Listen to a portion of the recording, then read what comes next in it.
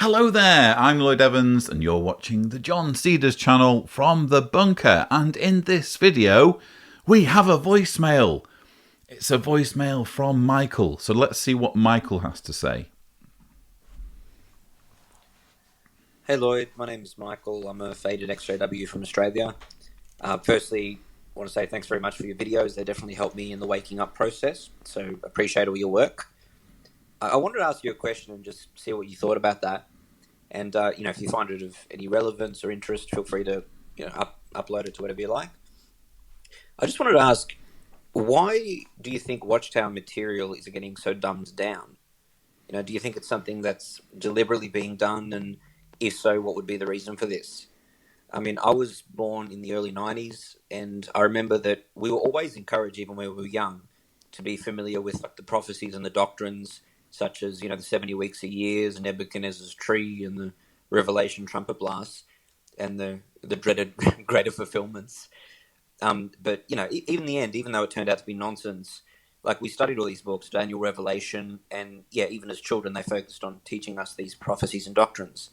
And when I started fading, I tried mentioning a few things. I was physically and mentally out, and mentioned a few hints to some people in the Kingdom Hall, trying to, subtly wake them up, and including people that were quite, like teenagers and that kind of thing.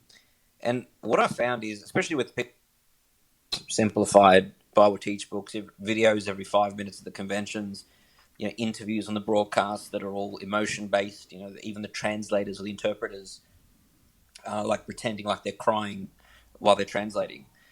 And so, they really don't know any details about prophecies or doctrines. And I noticed this when I was mentioning it to them. I was making points that debunked the doctrines. It basically had no effect because they didn't know the doctrines. I pretty much had to tell them what the prophecies were, and then told them why they were wrong, and that pretty much had no effect. And to me, it seems like a deliberate move on Watchtower part. I mean, because bogus prophecies and doctrines can be debunked. I knew the 607 teaching quite well from when I was young, so it was easy for me. Well, when I jumped on your video on YouTube about the 607 BC doctrine and why it was false, it was very easy for me to realize what you were saying was true, and that, okay, I've actually believed something was false this whole time. Easy as I know what the truth is now. I'm out of here. But really, if a person that didn't see the doctrine saw that, it would have no effect because it's all emotion based. It doesn't matter anyway. So I guess my question is, have you personally noticed this lack of focus on doctrine and how things are getting simplified and dumbed down?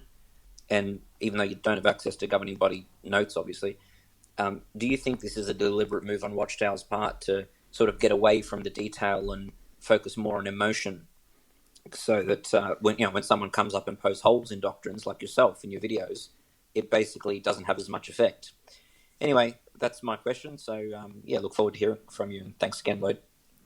Well, what an excellent question. Michael, thank you. Well, yes, I have noticed.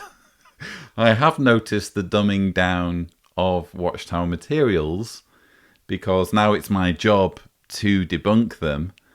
And as you can imagine, especially when I'm watching the raw footage of, let's say, the convention or a JW broadcasting episode, when I'm doing my prep in advance of the rebuttal, I'm very often flabbergasted at just how, playground level the reasoning is and the language is. It's so infantilizing, the rhetoric. Your question, I suppose, is this deliberate? Is it a deliberate ploy by the governing body? Well, we're well into the realm of speculation, aren't we? And I suppose this whole issue of the governing body and whether or not what they're doing is deliberate is something I've repeatedly spoken about, and hopefully you know what my views are. I think it's nuanced. So it doesn't have to be absolutely one way or the other. It doesn't have to be absolutely they're just deluded, or absolutely they're totally cynical and running a scam. Cognitive dissonance allows for it to be both. It's possible to be knowingly deceiving your followers while at the same time, to at least some measure, believing your own BS and believing that you have a special role in God's purpose and that the ends justify the means in seeing through your agenda. So I don't think it's as black and white as we would perhaps like it to be. We like things to be black and white, don't we? We like to know where things are.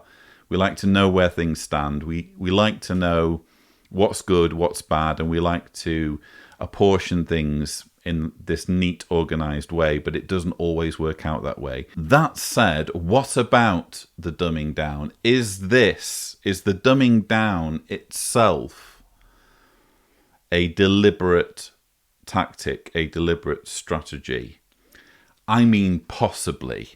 Maybe one day there'll be a governing body helper who wakes up and does a Ray Franz or a governing body member, and I'll have them here in the bunker, and they'll confess to the whole thing, and they'll say, oh, we had this memo through saying that we need to dumb down our materials to mislead people and infantilize them, because when the friends are infantilized and turned into a childlike state, that way they are more reliant on us for leadership. They're more malleable. They're more easy to control. It could be that all of this will come out in the wash at some point in the future. I just don't think it has to be a conscious, deliberate strategy. It's certainly a strategy. It's certainly a method that they're pursuing. But here's how I think it works with cults. I think that cults will inevitably, given enough time, naturally fall upon the same strategies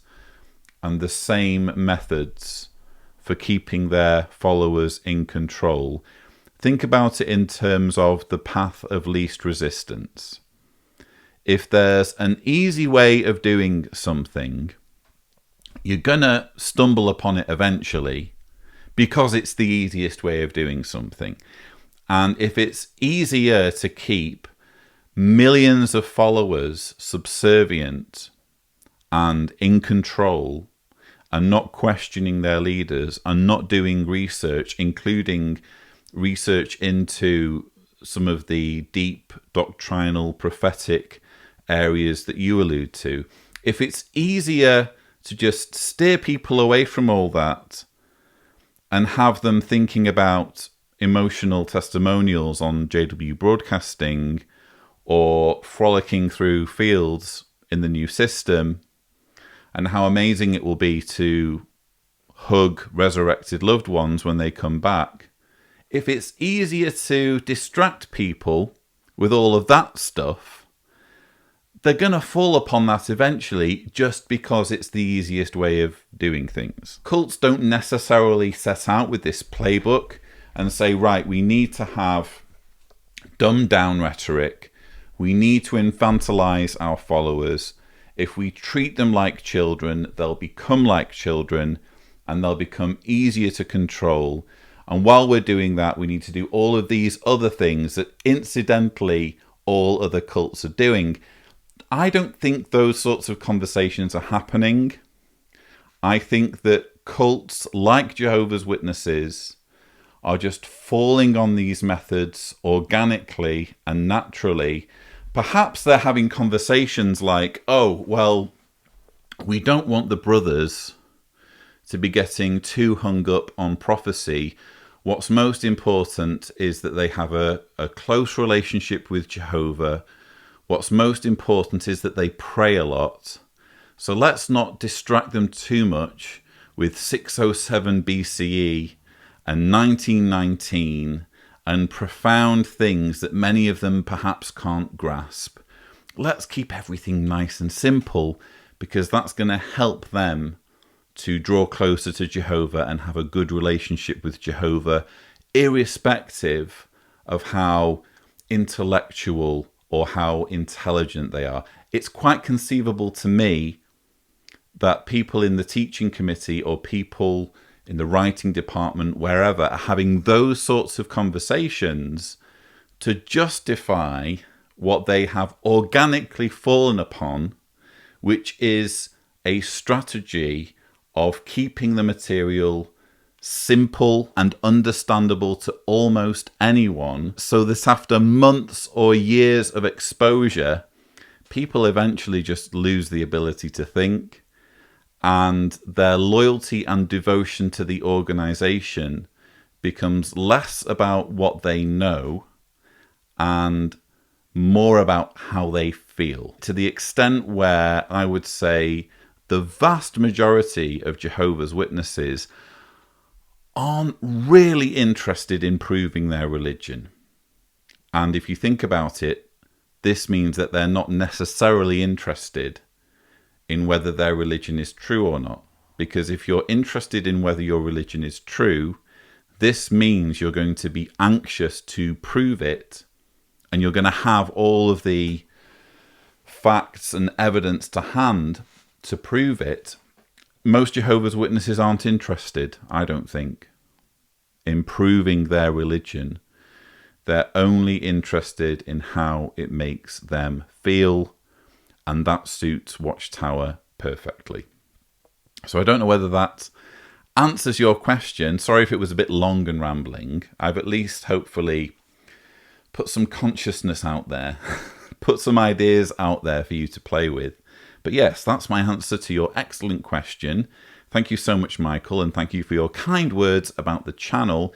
If you would like to follow in Michael's footsteps and leave your own voicemail, the address to use is speakpipe.com/Cedars. Please indicate carefully if you just want to leave a voicemail and don't want to have it published on the channel. I can't promise that I will answer your voicemail. In fact, I don't think I answer any voicemails right at this moment. If there's something really urgent going on, I try to answer. But I do try to at least listen to all the voicemails come through, and I'm very grateful to those of you who have reached out to me in that way. But that's all I have time for. I hope you've enjoyed this video, and as always, thank you for watching.